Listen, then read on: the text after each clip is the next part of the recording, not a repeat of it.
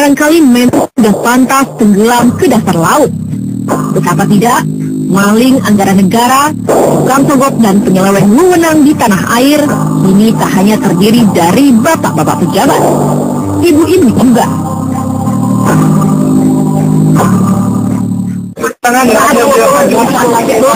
Ada penahanan ini ya. Jumat pekan silam kasus cek perjalanan atau cek pelawat dalam pemilihan Deputi Gubernur Senior Bank Indonesia 8 tahun silam memasuki babak akhir. Komisi Pemberantasan Korupsi atau KPK akhirnya menahan Miranda Suarai Gotop, pemenang pemilihan tadi. Saya sudah menandatangani surat penahanan saya sebagai tersangka. Saya menerimanya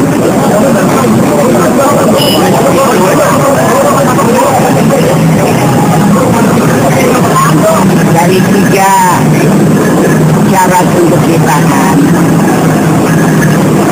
mengulangi perbuatan, menghilangkan barang bukti, melarikan diri, tapi tidak mungkin saya lakukan. Miranda ditahan 4 bulan selepas KPK menetapkan dia menjadi tersangka. Berdasarkan hasil ekspos dan pengembangan telah yang dalam terhadap kasus cek pelawat, maka kasus ini kita tingkatkan ke penyidikan terhadap seorang tersangka. Kita tingkatkan statusnya dari saksi menjadi tersangka MSG. Untuk menahan Miranda, KPK menempuh jalan berliku. Proses beredarnya uang sogok miliaran rupiah kepada puluhan anggota Komisi Keuangan dan Perbankan Dewan Perwakilan Rakyat periode 1999-2004 nyaris tak terungkap seandainya Agus Condro Prayitno tak buka mulut. Pada tahun 2008, Agus Condro, politisi dari PDI Perjuangan yang saat kejadian menjadi anggota Komisi Keuangan dan Perbankan DPR, mendatangi KPK. Dia menyerahkan fotokopi kwitansi serta buku tabungannya yang mendadak kabur karena menerima uang sogok. Agus Condro membeberkan pula koleganya di DPR yang jumlahnya 40-an orang telah menerima cek pelawat, masing-masing senilai 500 juta rupiah. 2 tahun setelah Agus Condro bernyanyi, 4 koleganya yakni Hamka Yandu dari fraksi Golkar, Dudi Makmun Murad dari fraksi PDI Perjuangan, Endin Ajay Sukihara dari fraksi P3 dan Uju Juhairi dari fraksi TNI Polri diganjar hukuman kurungan antara 1 tahun 3 bulan hingga 2 tahun 6 bulan. Keempatnya dinyatakan terbukti menerima dan membagikan uang sogok pada anggota fraksi mereka. Setelah 4 orang tadi menyusul sejumlah anggota DPR lainnya. Untuk mengungkap siapa pemberi cek pelawat pada para anggota dewan yang tak terhormat tadi, ternyata tak mudah. Penyebabnya, darah Jatun sempat turun. Padahal inilah yang menurut Ari Malang Judo meminta dia menyampaikan uang terima kasih untuk anggota dewan. 7 Juni 2004, sehari sebelum Miranda Gultom terpilih sebagai Deputi Gubernur Senior Bank Indonesia. Sebelum buron, Nunun berkali-kali mangkir dari persidangan. Dia tak bisa bersaksi karena sakit. Dalihnya luka berat, vertigo, dan migrain. Tapi KPK tidak jatuh iba. Nunun ditetapkan sebagai tersangka. Nunun baru bisa dicokok di tempat persembunyiannya Thailand 8 bulan kemudian. Pimpinan KPK mendapatkan informasi bahwa kepolisian Thailand telah mencari dan mendapatkan seseorang yang diduga saudari Ibu Nunun. Data-datanya kami cocokkan dan kami mendapat keyakinan bahwa yang ditemukan oleh polisi Thailand betul Ibu Nunun. Nunun di sidang, dia menyebut kedekatannya dengan Miranda Gultom. Ibu juga pernah mengundang saya ke acara-acara ibu Bahkan kalau saya sakit salah atau kalau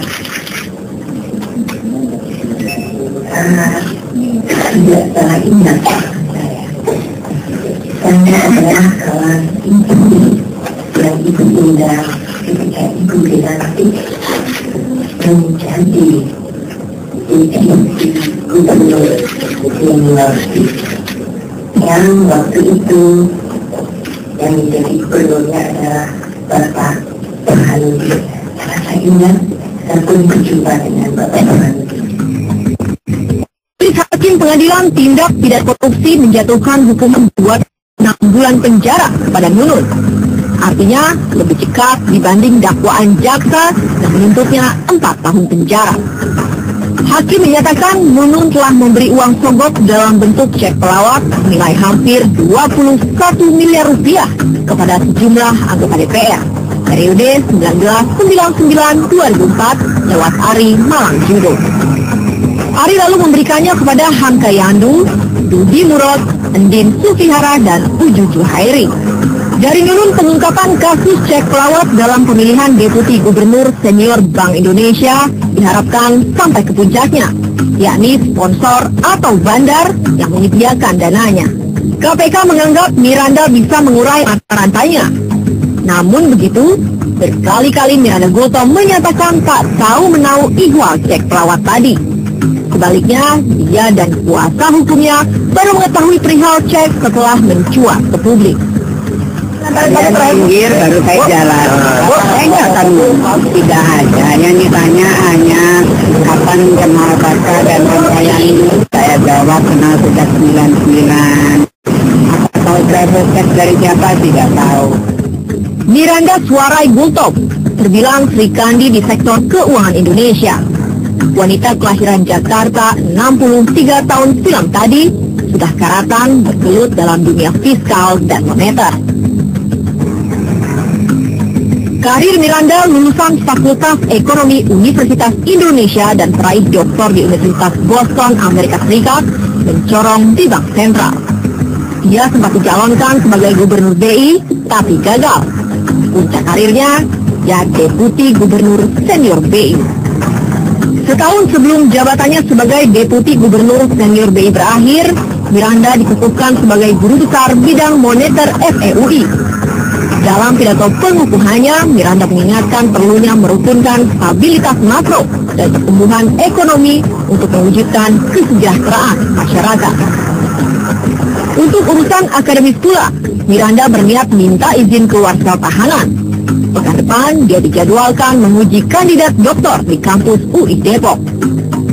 Di luar mengurus moneter dan akademi, Miranda adalah bagian kalangan sosialita tanah air yang bergaya. Ini, Miranda Gultom sudah ditahan KPK. Banyak pihak berharap Miranda mau mengungkap siapa bandar atau penyandang dana 480 lembar cek senilai 24 miliar rupiah. Apalagi bank penerbit, peminta dan pemohon cek sudah pernah disebut-sebut dalam persidangan Nunun Nurbaiti.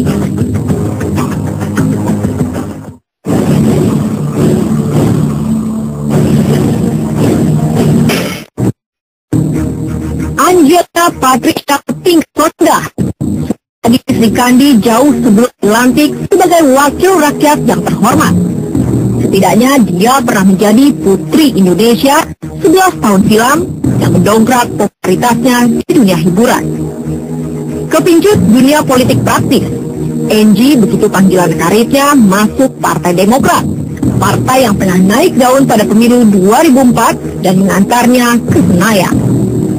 Angie kemudian menjadi bintang kampanye Partai Demokrat yang menginginkan citra partai bersih. Peringatan, katakan.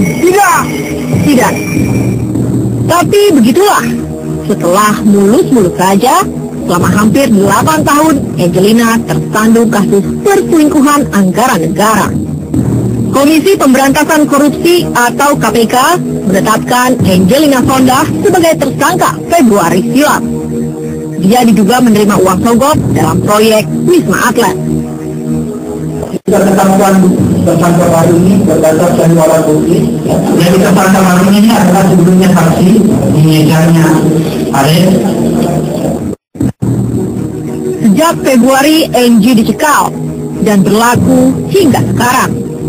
Di akun Twitternya, Angie menanggapi penetapan tersangka tadi. Jauh hari sebelum jadi tersangka, Angelina sudah menampik tuduhan menerima sogok. Saya tegaskan lagi ya, tidak pernah saya meminta jatah untuk Komisi 10 untuk pembangunan wisma di Palembang. Namun dalam persidangan dengan terdakwa Muhammad Nazarudin, nama Angelina sering disebut. Setidaknya oleh 3 saksi, yakni Yulianis, Oktarini, dan Lutfi. Mereka membenarkan jika ada aliran dana ke Angelina Sondah sebesar 2 miliar rupiah.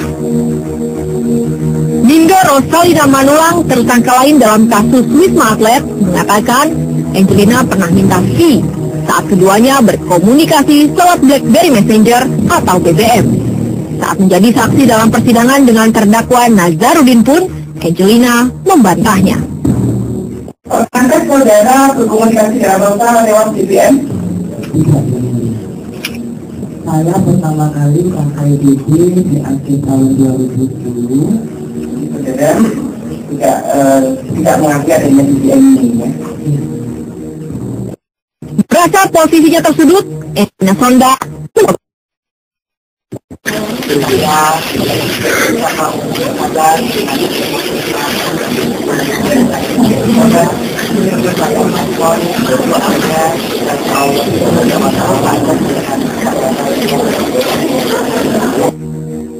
entah ada hubungannya atau tidak, yang jelas tersandungnya politisi Partai Demokrat dalam sejumlah kasus korupsi menurunkan pamor Demokrat.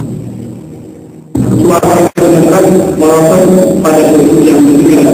Pertama kali suara Demokrat dengan baru. Polling lingkaran survei Indonesia menunjukkan popularitas Demokrat top di bawah 14%. Sebelum tersandung kasus dugaan korupsi, karir politik Angie tergolong bersinar. Di DPR, Angelina menjadi anggota Komisi Olahraga. Di Partai Demokrat, dia sempat menjadi wakil sekretaris jenderal. Angelina beredar dekat kubu Anas Urbaningrum yang memenangkan pemilihan ketua umum dalam kongres di Bandung 2 tahun silam. Kini karir politik Angie mendung.